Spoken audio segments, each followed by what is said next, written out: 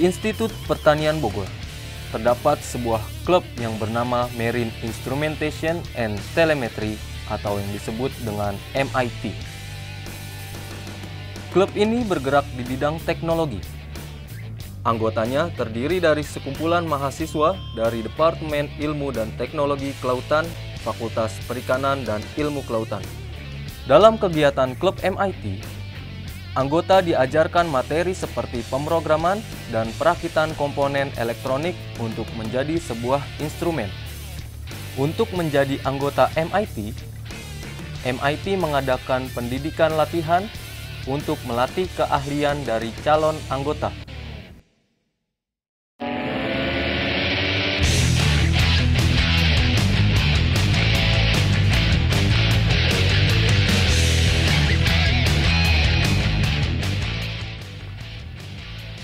Pada Maret 2012, MIT mengadakan ekspedisi arus balik pertama di Kepulauan Seribu. Tujuannya melakukan uji coba instrumen yang dibuat oleh para calon anggota. Selain itu, bertujuan untuk melihat, meneliti, atau menyelidiki suatu perairan yang sebelumnya kurang diketahui melalui pengambilan data arus, pasang surut, suhu, serta kondisi terumbu karang.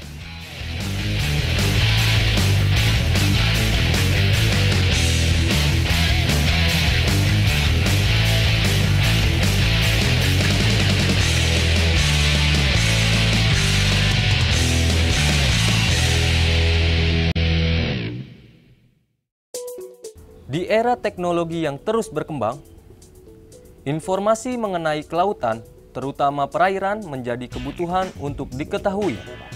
Target MIT kali ini adalah mengenai oceanografi, yaitu pengukuran arus dan suhu dengan menggunakan alat yang dinamakan drifter lampa versi 1 dan versi 2.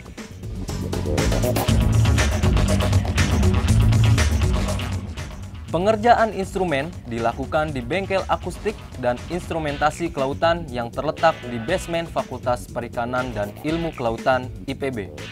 Untuk pembuatannya, instrumen dibagi dua desain, yaitu versi 1 dan versi 2. Perbedaannya hanya pada bentuk fisik instrumen.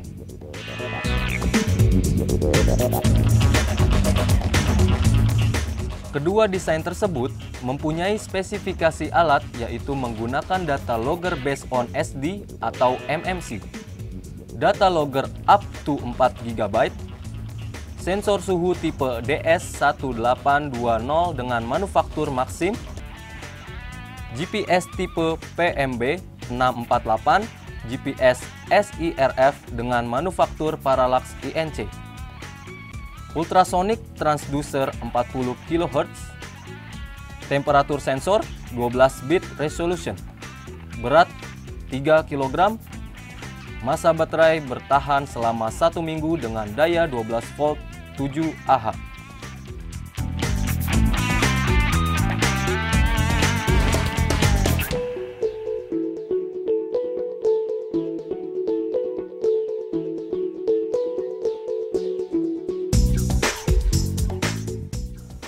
Sistem kerja alat menggunakan dua buah sensor yang digunakan untuk mendeteksi suhu udara di atas permukaan perairan dan suhu kolom perairan. Parameter yang ingin didapatkan yaitu suhu udara, suhu kolom perairan, tanggal, waktu, latitude, longitude, dan kecepatan.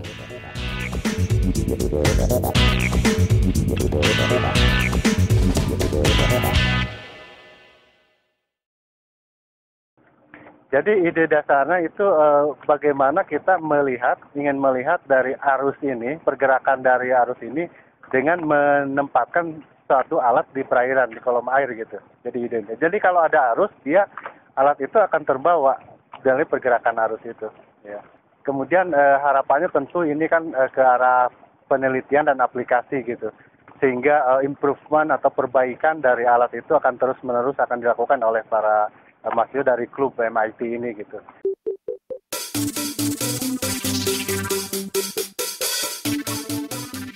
Motiwali merupakan alat pengukur pasang surut dengan teknologi canggih yang dibuat oleh klub MIT. Data pasang surut akan secara otomatis didapatkan dengan selang waktu 5 menit.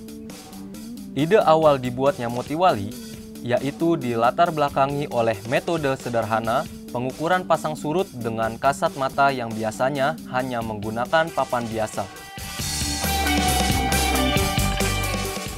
Kelebihan dari Motiwali yaitu mudah dijangkau, dapat dibawa kemana saja, serta box terbuat dari akrilik serta aluminium sehingga dapat mencegah adanya korosi pada alat. Motiwali dibuat dengan dua desain, yaitu dengan output data yang dapat dilihat melalui website. Sedangkan desain lainnya yaitu dengan keluaran data yang langsung tersimpan pada memory card yang tertanam di instrumen.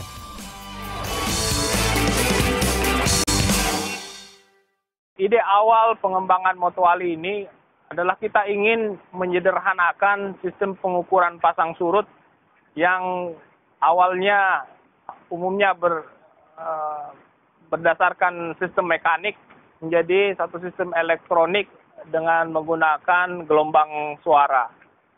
Sehingga instrumen ini bisa lebih mudah dan lebih handal di dalam melakukan pengukuran tanpa harus mengalami masalah-masalah kemacetan misalnya di lapangan.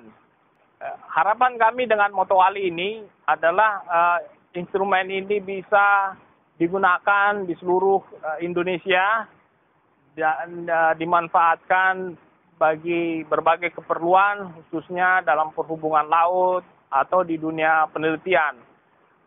Ke depan kita berharap instrumen ini segera bisa dikomersialkan dengan harga yang mudah, harga yang dapat dijangkau lah, tidak terlalu mahal bagaimana alat-alat ukur pasang surut yang bersifat mekanik.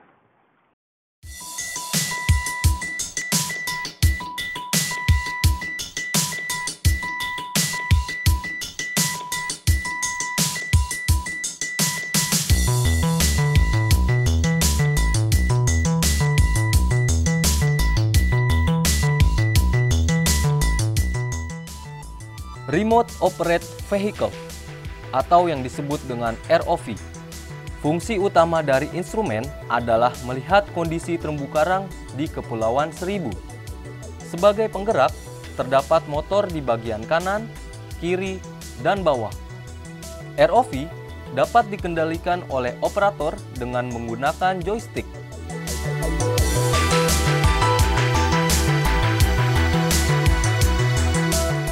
ROV mempunyai komponen kamera sehingga memungkinkan untuk menyimpan hasil tangkapan kamera berupa gambar maupun video.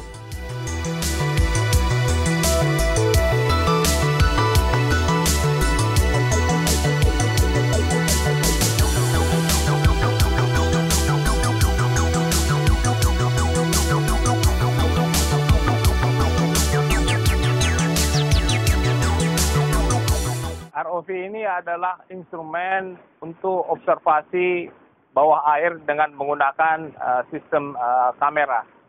Keunggulan dari sistem ini adalah kita bisa mendapatkan hasil observasi yang objektif dan konsisten dari waktu ke waktu. Keunggulan dibanding instrumen-instrumen yang lain adalah ROV yang kami kembangkan berbobot yang relatif ringan sehingga mudah dibawa-bawa dan dioperasikan dengan power yang relatif rendah. Harapan kami ke depan bahwa ROV ini bisa kita kembangkan secara komersial dan bisa kita pasarkan ke berbagai pihak, ya, berbagai institusi, termasuk institusi-institusi penelitian, sehingga bisa menjadi satu alat observasi bawah air yang bermanfaat bagi pengembangan pengetahuan dunia bawah air kita, khususnya di Indonesia ini.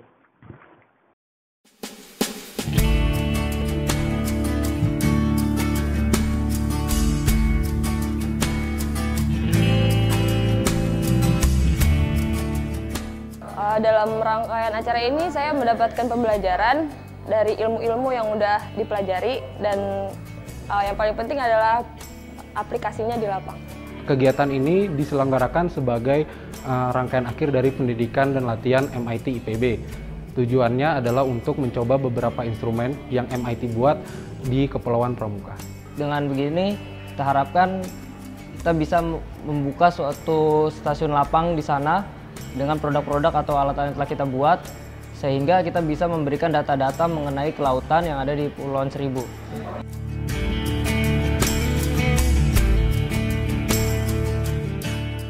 Ketiga instrumen yang diproduksi oleh MIT diharapkan dapat terus berkembang dan bermanfaat bagi kemajuan ilmu teknologi kelautan di Indonesia.